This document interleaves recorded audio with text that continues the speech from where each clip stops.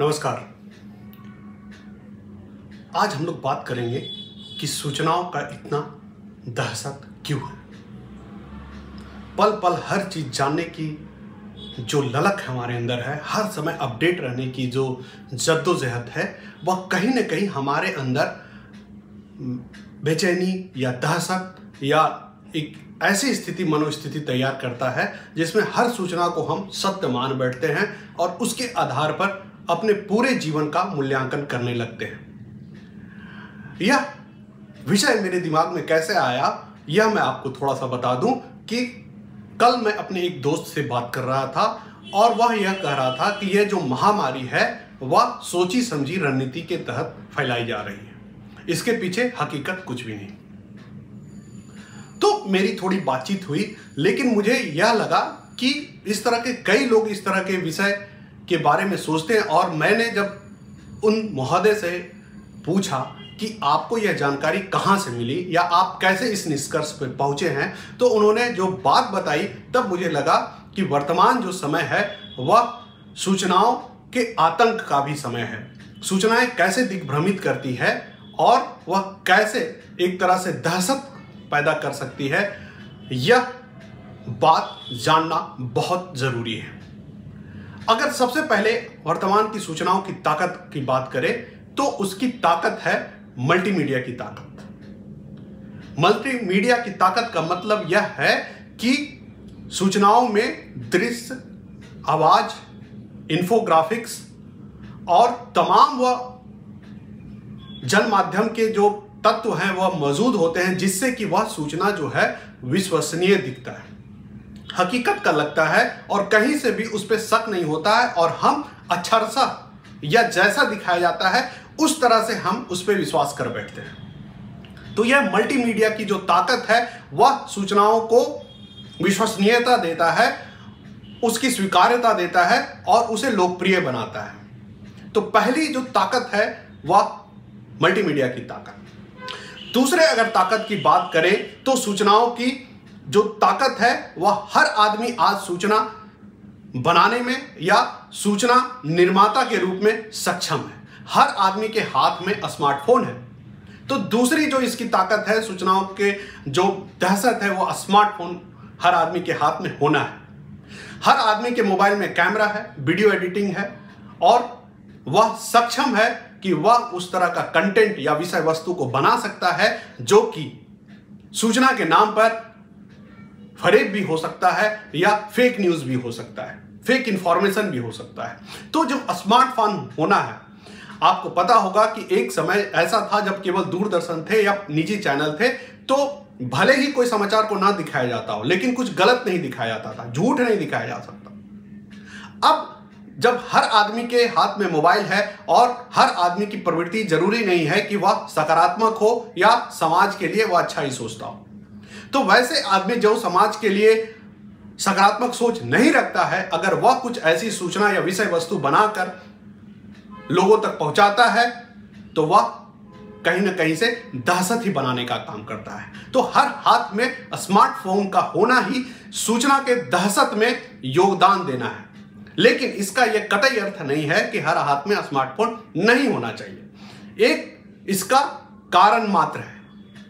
उसके बाद अगर तीसरे कारण पे हम बात करें तो सूचनाओं का जो क्रॉस चेक है, अगर कोई जिम्मेवार व्यक्ति, कोई जिम्मेवार पत्रकार या जिम्मेवार अखबार या चैनल अगर कोई सूचना प्रसारण या दिखाता है तो उसके लिए वह जिम्मेवारी लेता है। वह न्यायालय में कटघरे में खड़ा हो सकता है कुछ गलत दिखाने पर, लेकिन जो आम लोग हैं और इस तरह की सूचनाओं को बनाकर और जो दिखाते हैं, लोगों तक पहुंचाते हैं, वह कहीं से भी जिम्मेवारी में बंधे नहीं होते हैं।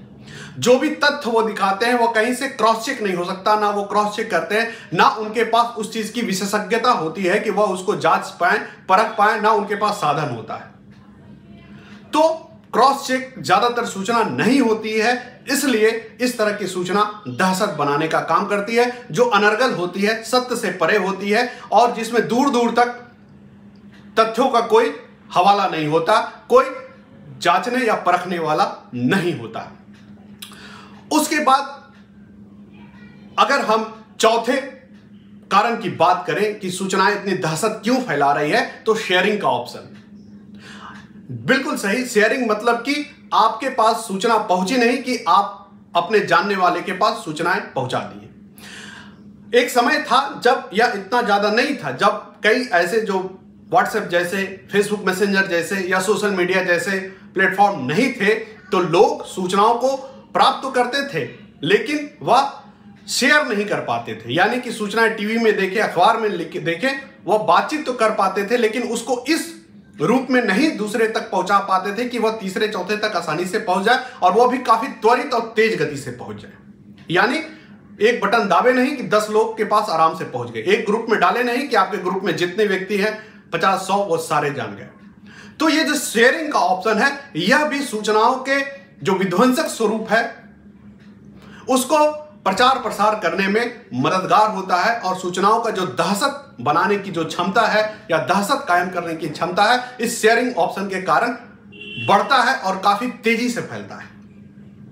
उसके बाद अगर 5वें कारण की बात करें तो डाटा का सस्ता होना। एक समय था जब आपको एक मैसेज भेजने के लिए 1 से 1.5 रुपये खर्च करने पड़ते थे, और आज आप मनचाहा या अनगिनत मैसेज भेजें, उसका चार्ज ऑलमोस्ट 0 है।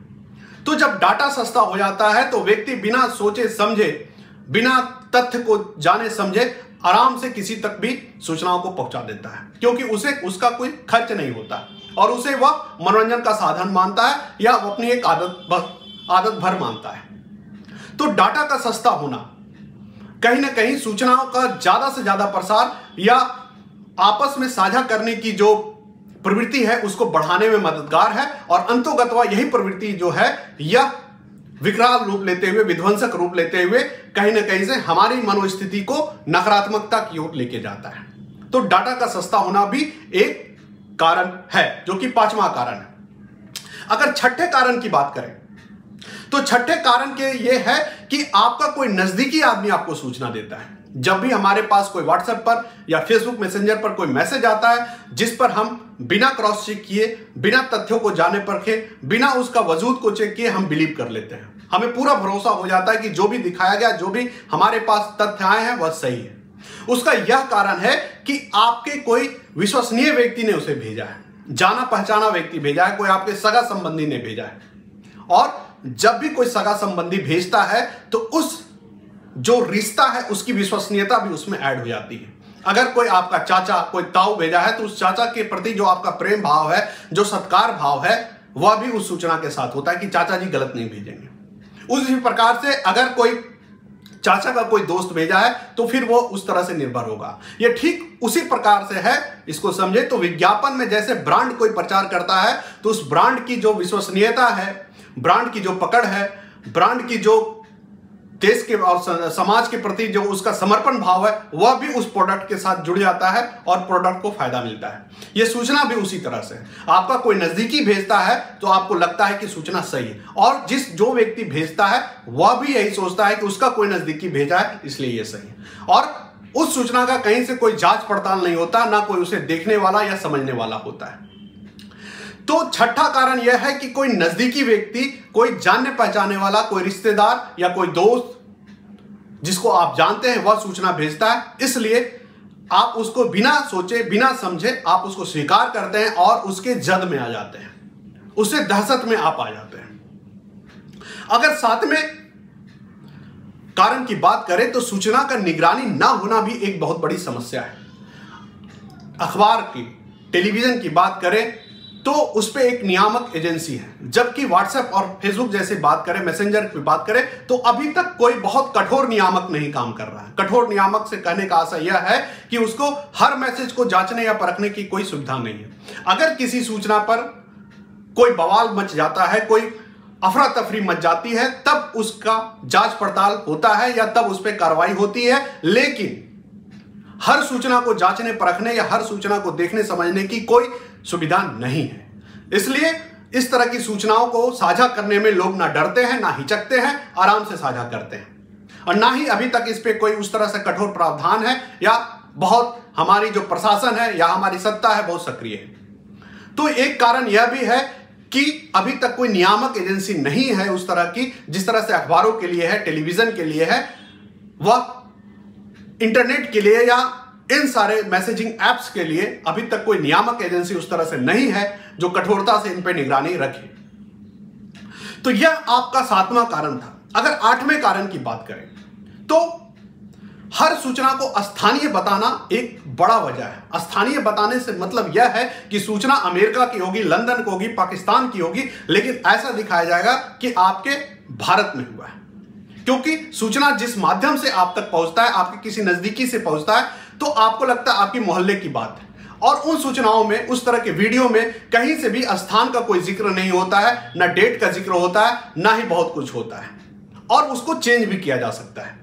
तो हर सूचना को स्थानीय बताया जाता है और ऐसा लगता है कि मेरे ही इलाके या मेरे ही राज्य में या मेरे ही जिले में या मेरे ब्लॉक में ऐसा हुआ है, और वह और दहशत क्रिएट करता है। यानी कि सूचनाओं का ज्यादा से ज्यादा प्रचार प्रसार हो, उसमें उन सारे तत्वों को डाला जाता है जिससे कि उसका खौफ बढ़ता है, और खौफ की ही बाजार होती है। पूरी तरह से नकारात्मक बाजार की जो प्रवृत्ति है वह उसमें होती है। तो हर सूचना को स्थानीय बताना या इस तरह से बताना कि यहीं का है, आसपास का है, उसका खौफ बढ़ जाता है। लोग सदमे में आ जाते हैं या सकते में आ जाते हैं कि मेरे आसपास ही घटित हुआ है और मैं भी इसके जद में आ सकता हूं। तो खुद को अनिश्चितता मानकर, खुद को भुक्तभोगी मानकर लोग सोचने लगते हैं, उसी तरह का व्यवहार करने लगते हैं। तो यह था आपके सामने 7वां कि सूचनाओं को, 8वां कारण सूचनाओं को स्थानीय बताना। उसके बाद अगर 9वें कारण को बताएं या बात करें तो सूचनाओं को अकेले देखना बहुत बड़ी वजह है। याद करिए, एक समय था जब हम लोग टीवी चालू होती थी, मम्मी पापा बाल बच्चे दादा दादी सब एक साथ देखते थे। एक साथ देखने से यह होता था कि कोई नकारात्मक खबर आई तो चर्चा परिचर्चा होता था और मन से निकल जाता था। वह इसी प्रकार से है कि कोई बिल आया हमारे पास 1000 का और सारे लोगों में बंट गया, सब लोग शेयरिंग कर लिए और एक पर बहुत बोझ नहीं बढ़ा। लेकिन अब ज्यादातर हाथों में स्मार्टफोन है और हर आदमी अकेले में देखना चाहता है और देखता ही है। आप साझा कर भी नहीं सकते, स्क्रीन साइज इतना छोटा होता है। तो अकेले में देखने का मतलब है कि जो भी बिल आया वो आपके नाम पे ही फटेगा, यानी कि उसके जो तमाम पॉजिटिव्स है, नेगेटिव्स है, आपको ही झेलनी पड़ेगी। तो हर सूचना जो नकारात्मक प्रवृत्ति क्या है, आप उसको साझा उस तरह से नहीं कर पाते या एडवांस उसको नहीं रोक पाते, या आपकी मनोदशा होती है कि मेरे आसपास कोई नहीं है, तो वो पूरा असर आप पर ही होता है। तो अकेले में जो हम नकारात्मक चीजों को देखते हैं वह हमारे अंदर घर कर जाती है। कहीं ना कहीं हमारी मनोदशा भी उस तरह की बन जाती है, जो हमारे व्यवहार में, हमारे बातचीत में, हमारे सोचने में, हमारे फैसले लेने में, भविष्य के प्रति हमारा जो आस्था है उसके प्रति रवैये में बहुत ही नकारात्मक प्रभाव डालता है। तो इस तरह से ये कुछ वजह थे जिसके आधार पर आप देख सकते हैं, समझ सकते हैं कि आज जो सूचनाओं का जो इतना खौफ है हमारे ऊपर, हम इतना भयभीत हो जाते हैं, हम इतना अनिश्चित हो जाते हैं, वह इन वजहों से है। बाकी आपको क्या करना है, आप इसी को जस्ट उल्टा कर देंगे तो आपको यह भी पता हो जाएगा कि क्या करना है कि इससे बच सकते हैं। तो अगले की वीडियो में हम लोग इस सब पे भी बात करेंगे। उम्मीद है आपको यह प्रस्तुति पसंद आई होगी। इस तरह के विषयों पर फिर हम बात करेंगे। तब तक के लिए धन्यवाद।